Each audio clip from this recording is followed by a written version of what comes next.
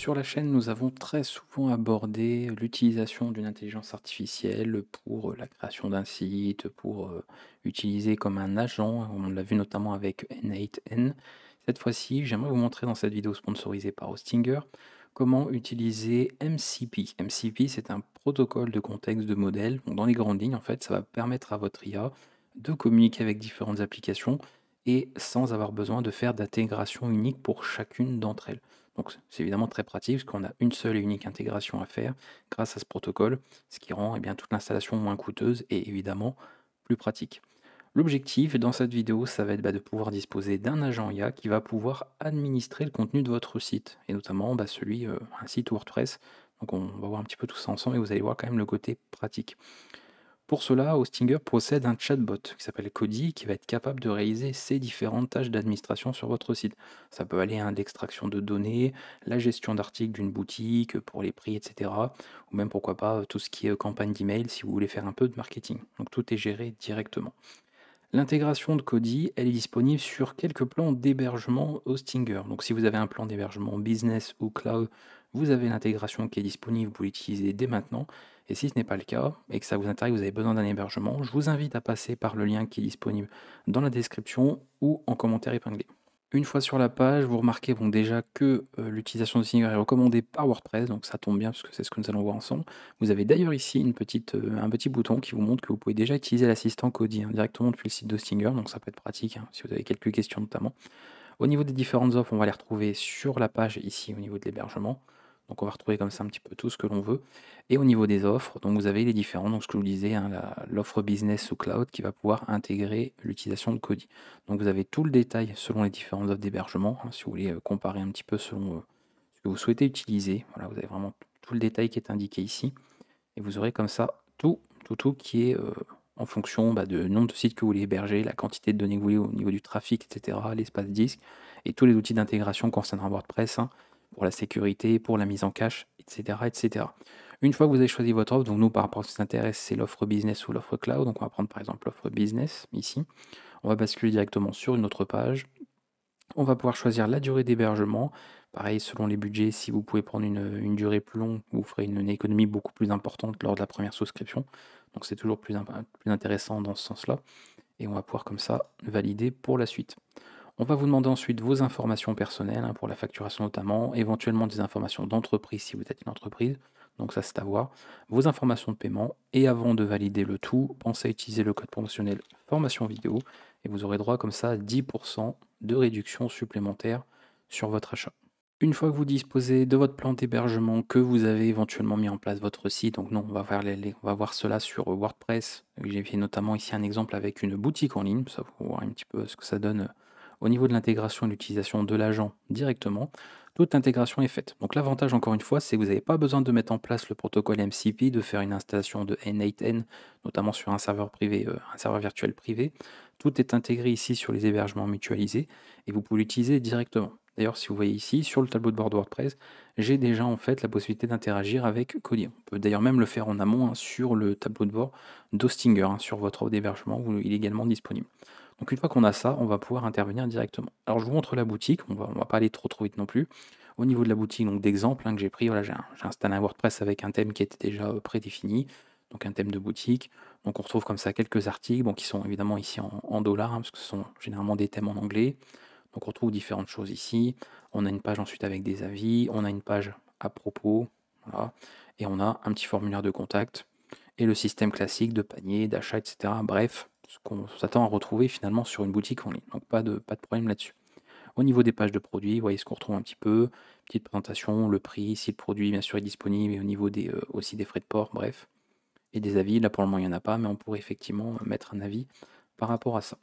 Voilà tout le côté qui va être intéressant, c'est de pouvoir disposer d'un agent qui va pouvoir effectuer des tâches à votre place. Si vous avez des tâches de maintenance, si vous voulez extraire des données, si vous voulez mettre à jour certaines choses, sans devoir passer par le tableau de bord, d'aller vous rendre directement sur les pages de produits, de faire des modifications, de changer ici le stock, etc., etc., vous allez pouvoir demander à votre agent de le faire à votre place. L'avantage aussi, c'est qu'on pourrait se dire, mais c'est peut-être un petit peu, pour certaines tâches, un peu risqué, si on lui demande quelque chose, puis en fait on s'est trompé, il peut peut-être faire des choses qui ne sont pas bonnes.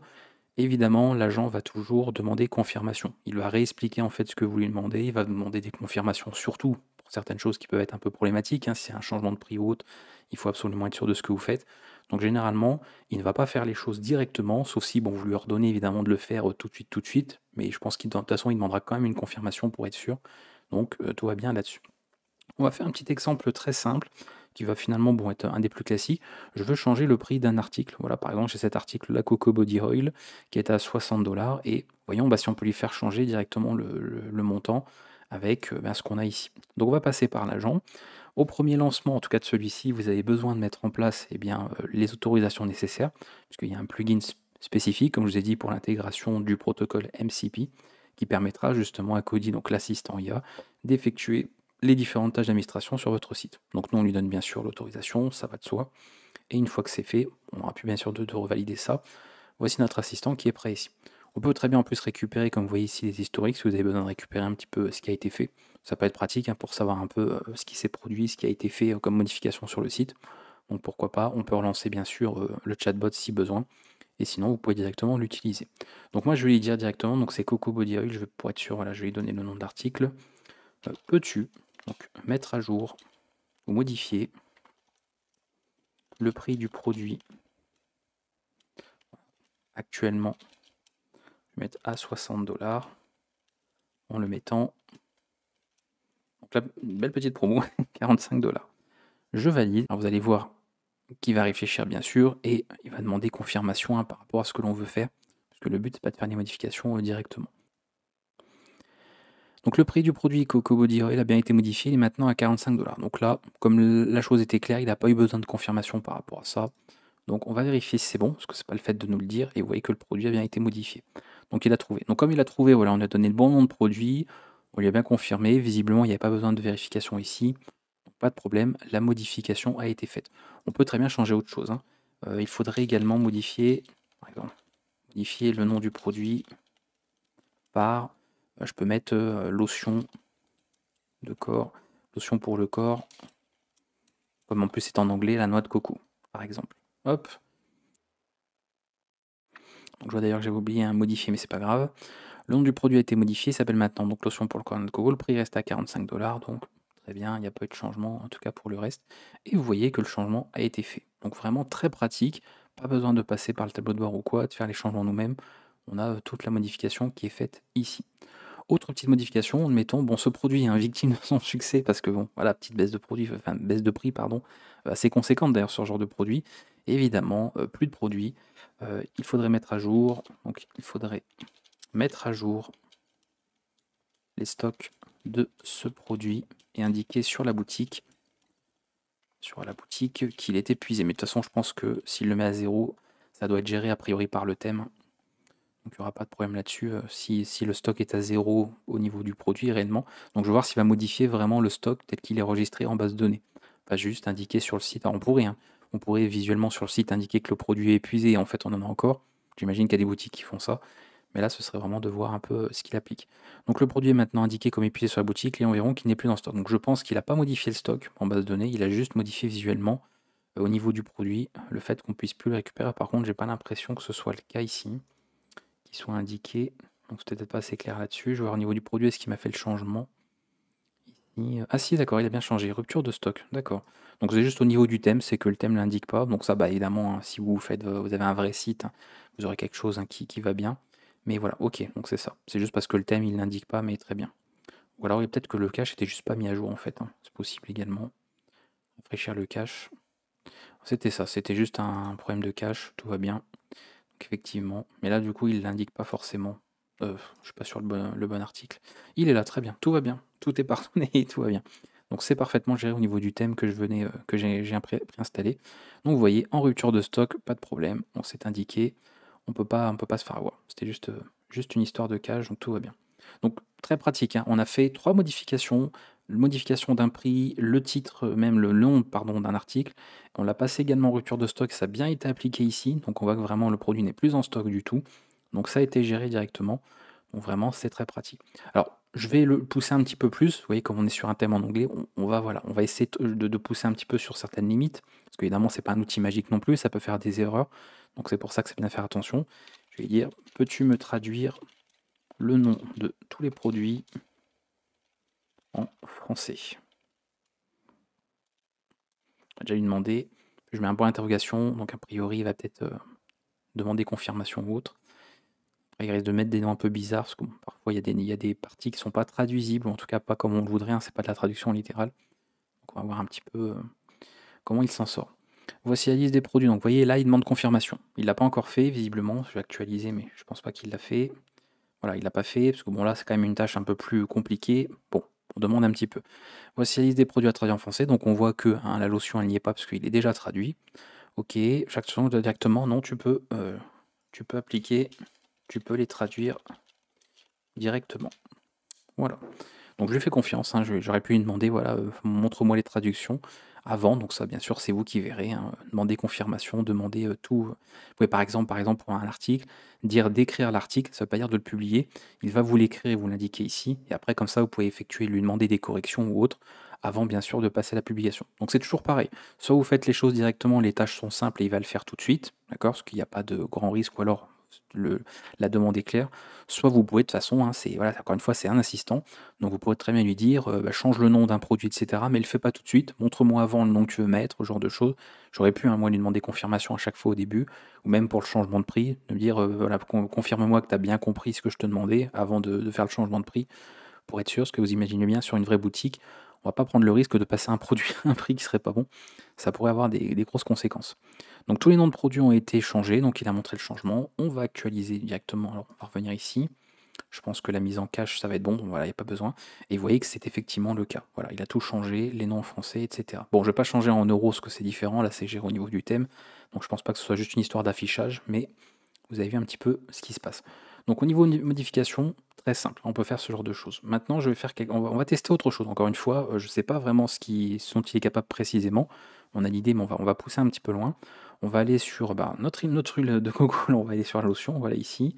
Je vais mettre un avis, bon, ah oui, avis, si je peux mettre un avis, oui quand même. Je vais mettre c'est super. Bon, ça va être l'avis de moi-même, donc c'est un peu bizarre, mais imaginons que ce serait l'avis vraiment d'une autre personne, d'un autre utilisateur. Donc là, bon, c'est moi-même, donc ok. Je vais mettre ceci et on va tester directement si c'est possible. Je veux dire, peux-tu répondre à l'avis que j'ai mis sur le produit? On va lui donner le nom exact.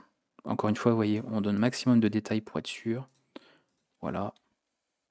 Donc à l'avis que j'ai mis, est-ce que je peux donner l'auteur précisément? Bon, on voit que c'est moi, mais de toute façon, bon, en fait, il n'y a qu'un seul avis, donc je pense pas qu'il peut se tromper.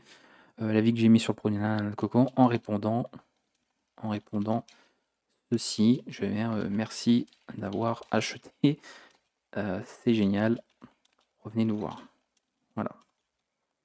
Hop, on lui fait une petite demande particulière, voir s'il peut. Alors le but c'est pas de faire des faux avis, hein, c'est juste de pouvoir, parfois quand on a un avis, de pouvoir répondre certaines choses, donc on teste, voilà, on teste d'autres possibilités, voir un peu jusqu'où il est capable d'aller.